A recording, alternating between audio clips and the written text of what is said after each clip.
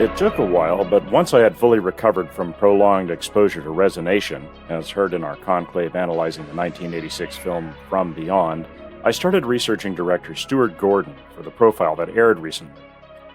In the course of this research, I reached out to an old colleague, Ted Nicolau, who had edited the Stuart Gordon picture, Robot Jocks. Ted was kind enough to connect me with a colleague of his, Lee Percy. As it turned out, Lee had been responsible for editing the film we had just conclaved, as well as two other major Stuart Gordon films, Re-Animator and Dolls, and several other films, some of which even won Emmys and Oscar nominations. Lee provided some valuable insight into my research on Mr. Gordon, then was kind enough to agree to sit for an official interview. Professor Andrea joined me in speaking with him. Welcome, Lee. I'm glad we could take a chance to sit down, and you were kind enough to offer us some time to talk about who you are and what you do. Can you please give us a quick thumbnail sketch of who you are and your career? You know, like imagine you were at a cocktail party or in an elevator and somebody didn't know who you were. Tell us quickly who you are. Sure, and thanks for having me. I kind of came to editing serendipitously by being hired on a film called Roar, which may be known to some of your listeners. Oh, yes. It's become notorious these days, although it was very unknown when we were making it. But anyway, I didn't intend to be an editor. I took a job there as an assistant just to kind of pay off my debts. And it turned out that the crazy director had printed 1,200,000 feet of film. Now, if you know film, that's an enormous amount of material. And so the two editors, Larry Carroll and Ted Nicolau, and Ted, I think you've spoken with. Oh, yes. I actually worked for Ted. Andrea and I both worked for Ted. For Ted, too. Did you? So did I, because Ted was the editor, one of the editors of Roar. And I was there as an assistant for only 2 weeks when he and Larry realized Noel had printed so much film that they would never get through it all in their lifetime. So one day I came in, they said, you went to film school, you start editing. So, and it turned out that was the perfect match for me. That actually, my intent to work on the set wouldn't have been as good. I had studied acting at Juilliard in New York. Wow. I decided not to be an actor, but that background in acting was really important because editing, of course, one of the main things you do in editing is you help construct the actor's performance, right? You try to put together the best of what they gave on the set. And then I've always said there's and it's also a sense of drama that you need, right? If you're editing a movie, you want to make it exciting, you want to make it dramatic. And I've always said there's no one more self-dramatizing than an actor. So that background proved to be invaluable. And luckily, Ted and Larry singled me out of our group of assistants as someone who had promise. And like I say, it just was a much better fit for me in terms of being able to work one-on-one with the director and the producer and not a big group on the set, not having to get up at 5 a.m. or 4 a.m. And also because of my background in acting. So, and then it evolved from there. Roar went its crazy way and never got released. So it wasn't a great credit for any of us. No one had heard of it until recently, but it certainly got me started. And I just sort of, I'd been to film school, but I hadn't closely studied editing. And so once I was already an editor, all I had to do was learn how to do it. Which I did by watching videotapes of movies that from editors, done by editors I admired, and went on from there to a career. I guess if you read IMDb, I've probably edited a little over 50 feature films. Some just came in to do a fine cut because I have a reputation for that, but the vast majority I did from beginning to end. Wow. Yeah, that's definitely that's getting thrown at the deep end. Yes, exactly. I don't know if you're listen to other podcasts, but one of the ones I listen to, actually two of the ones I listen to, are both produced by a journalist by the name of Robert Evans, and he produces two different podcasts. One's called Behind the Bastards, the other's called It Could Happen Here. I can't remember. I think it was It Could Happen Here, where he recently, within the past 6 months or so, did an episode entirely dedicated to Roar. And Oh no, really? I'll have to find it and send it to you Yes, yes. because I had seen bits and pieces of it, and I had heard from people that I knew because it's, especially among like animal handlers, folks who do animal handling for film, like it is notorious. And so somebody that I worked with, I can't remember what their company was. It might have been Wild Things or something like that. But anyway, somebody had some involvement on it. There's another stunt guy that I know who had referenced it. And so, like, I went out to try to find it, and all I could find was clips of it online, and it looked completely bananas. It So, was. so I didn't know that either. Like you having to get just basically, like you said, 1,200,000 feet of film dropped into your lap to cut a movie out of. That's It was, yeah, it was crazy. We got a letter from Roger Mayer that it was the most film Metrocolor had ever processed for any movie, and this is this is the studio and the lab, that made The Wizard of Oz and the big musicals, and we had more footage than any of them. oh man, oh that's bananas. So It was a lot of kids just out of film school that they hired because in those days the unions were a closed shop. So it was a whole kind of, we were all like 18 to 25, and it really just gave a whole generation their start, their experience, because it was a big movie, right? It had well, movie yeah, stars, Tippi Hedren. It was in Panavision. Jan de Bont shot it. So it really did. It gave a lot of us our first leg up into professional work. man, yeah, those are big names to be associated with. You said Ted Nicolau was involved in that too. Yeah, he was the editor who promoted me to editor after 2 weeks as an assistant. Oh man, I got to talk to Ted about that too. Um, Yes, indeed. okay, so moving right along, like Yes. Fozzie and Kermit, of all the movies that you have worked on, do you have a favorite, and why is it 1986's Troll? Right, exactly. Yes. Yes, well, that's on the list somewhere. But I have to say, I went on to do a lot of different kinds of movies, both independent and studio. I was kind of lucky that I had a foot in both worlds, if you will. So probably the two I'm proudest of are ones that were kind of indies. One called Boys Don't Cry, that was Hilary Swank's first Oscar back in the 80s, and then another one called Maria Full of Grace. I've seen both of Um, those. yeah, they both are big acting movies. Again, acting is kind of my trademark as an editor, performance. So those are probably the two that I really feel proud of. They were difficult and they were important. Um, but I also would have to say, and those, they may not be so familiar with your listeners, and I would have to say that Re-Animator is certainly one that I enjoyed enormously. And I have to say, of all the films I did, the ones that got good reviews, the ones that won awards, the Oscar winners, the one that the young people who come to work for me or that I meet know of all those movies is Re-Animator. So apparently that's the movie I'm going to be known for, and that's fine, because I adored Stewart. I had a great time making the movie, and that it just has lived on because it was very early in my career. It's the second or third thing I did. Andrea, why don't you take the wheel? I don't need to drive this whole way. Um, so speaking of Stuart Gordon, who is your favorite director to work with? Well, not to be led, but no, Stewart is one of them. Um, I did a lot of movies with a director named Barbet Schroeder, Swiss French. He was one of the progenitors of the French New Wave cinema back in the 60s and 70s, and then he came to the U.S. We did a film called Reversal of Fortune. We did a film called Single White Female that may be known to your listeners. I've seen And then that. we went on and did several more movies together. So he and I just had a great working relationship, and we're over 12 years. We did 5 or 6 movies. We're still in touch. So he and I were very close.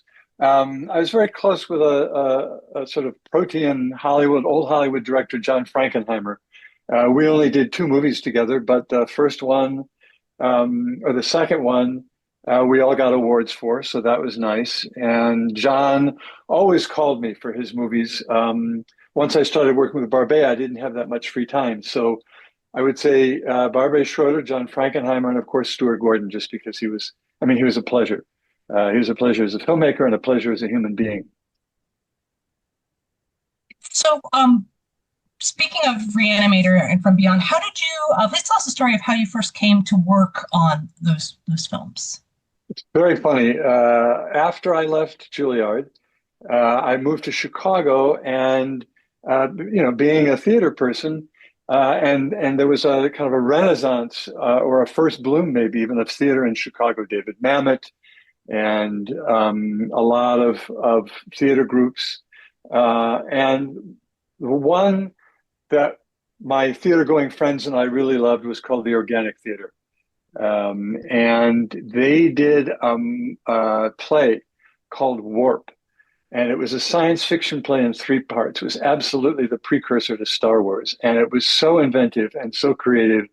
And we just loved it. Each part came out and we'd rush to go see it. And for example, there was a wise man who floated around the stage in the lotus position on a table. And it was literally a card table with a hole cut in it and a cloth hanging down and fake crossed legs and the guy's body up through the card table.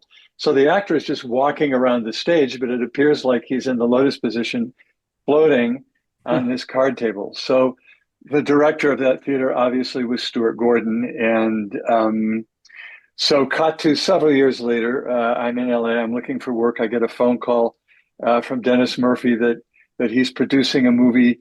And I go in to meet with him and a couple of the other producers. I think Brian Usna was maybe on the set at the time, but I'm meeting with Dennis and they're already shooting.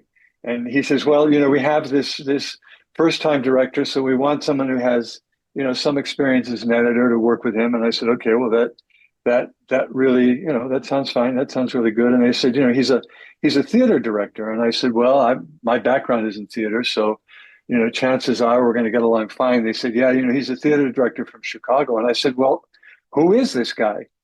And they said, Stuart Gordon. I said, Stuart Gordon. I'm a huge Stuart Gordon fan. I would like nothing better than to work with him on this movie. So, I met Stuart. Like I say, he was already shooting, but I met him at Daly's. And, clearly we had the same sensibility because I had adored his work and we just hit it off, and he really trusted me with his material. So it was really a working relationship made in heaven, if you will, from the get-go. It didn't take long for us to fall into a groove where we both felt like we should be working together and that we trusted each other. Oh, that's amazing. And did that relationship continue to From Beyond then?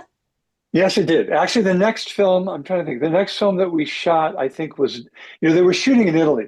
The first film wasn't a Charlie Band film, although Empire released it. But the next two films were actually produced by Charlie Band. And he had bought a studio in Italy.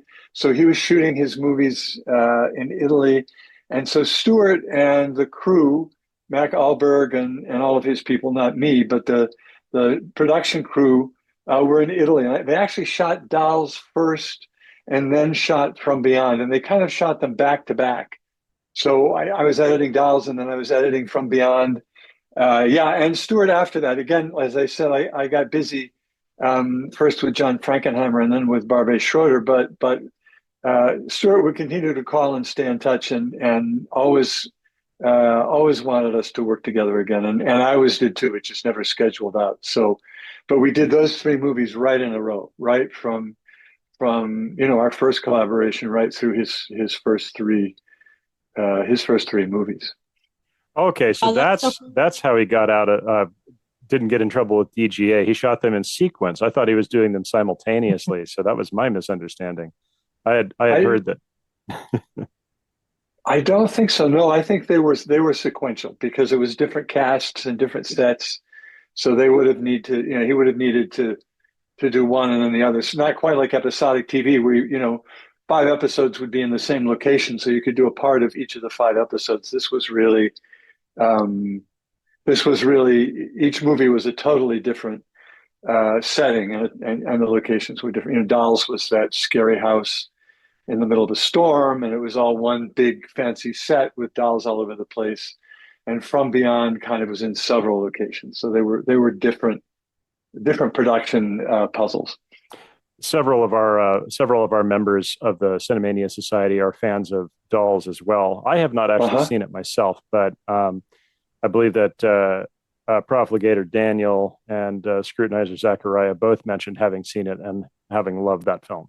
Yeah, it's fun. It's fun, and it's two great old English actors who play you know, what we end up presuming are the warlock and witch who own this house that the family ends up in a storm. You know, it's classic setup. And Stewart's wife, Carolyn Gordon, plays the kind of evil stepmother of this little girl. It's fun. It's fun. I do have a couple of other brief questions for you before we go get out of here. Are you an H.P. Lovecraft fan at all? Had you read either of the stories before you worked on From Beyond or Re-Animator? I read the stories after I met Stewart. I, so yeah, I read the stories after I met Stewart. So once I started on Re-Animator, I read the Re-Animator story, which of course is quite different from the movie, and then subsequently other stories by H.P. Lovecraft because Stewart was such a fan, and they inspired a number of his works. Yeah, I think he was probably, you might say, the chief among Lovecraft filmmakers.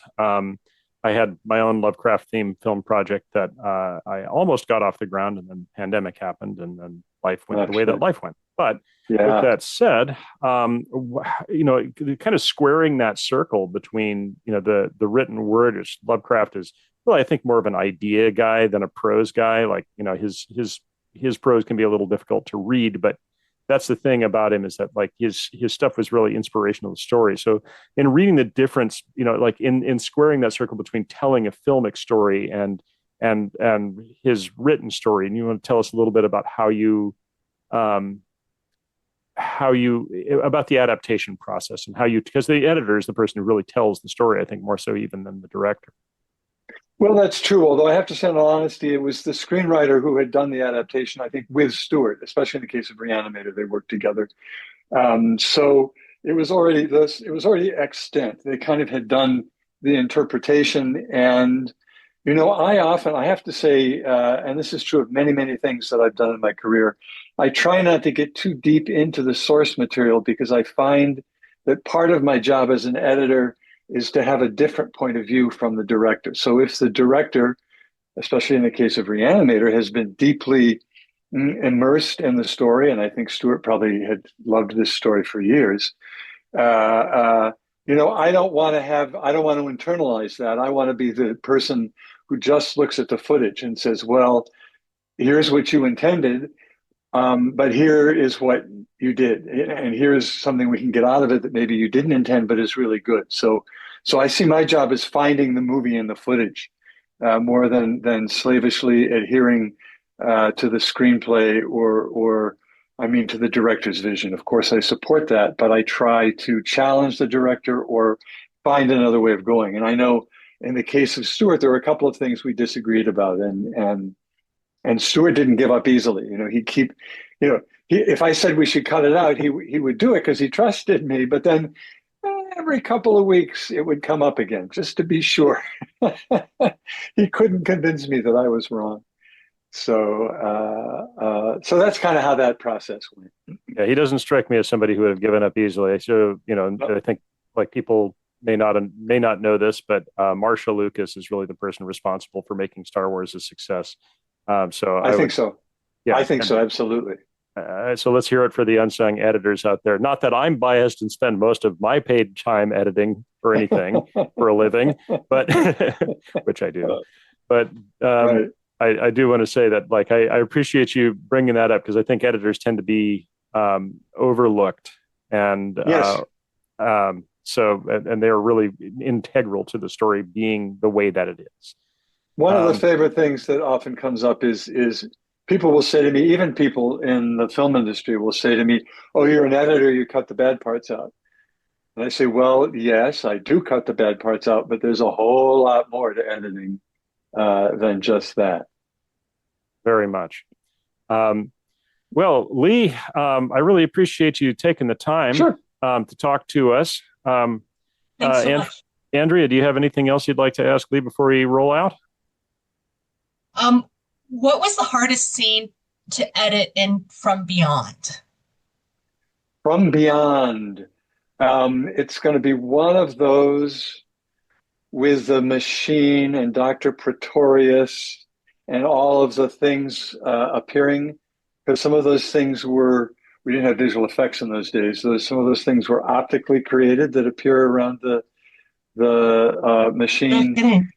Yeah. So those, I think when we go into the beyond, right? I think when we go beyond with Dr. Pretorius and then Barbara Cramden playing the doctor, it's I think those were the most complicated because they involved elements that we didn't, there weren't, the involved elements we had to create and add into the scenes. And there was a lot going on. And they had to be shot fast, so we didn't have a lot of material. Stuart was very economical, and he had to be. So we didn't have a lot of options. You had to kind of figure out how to repurpose something or make it all work or pull it together. Well, it looks fabulous. So you guys did an amazing job. Oh, Thank real. you. Thank you. Yeah, that movie has been stuck in my subconscious. It has afflicted me with a near terminal case of cinemania since I first saw it I think it was at a college house party. I felt like it was on in the background of every college house party I ever went to. I have friends who still will tease me by putting their finger up to their forehead like a pineal gland coming out. So, as is their right. As is their right, absolutely. Well, again, I say thank you, and I wish you well. And please keep making great movies. We look forward to seeing what your next offering is. Okay, we'll create more Cinemania. Excellent. Well, thank you. Bye. Bye-bye. Bye now.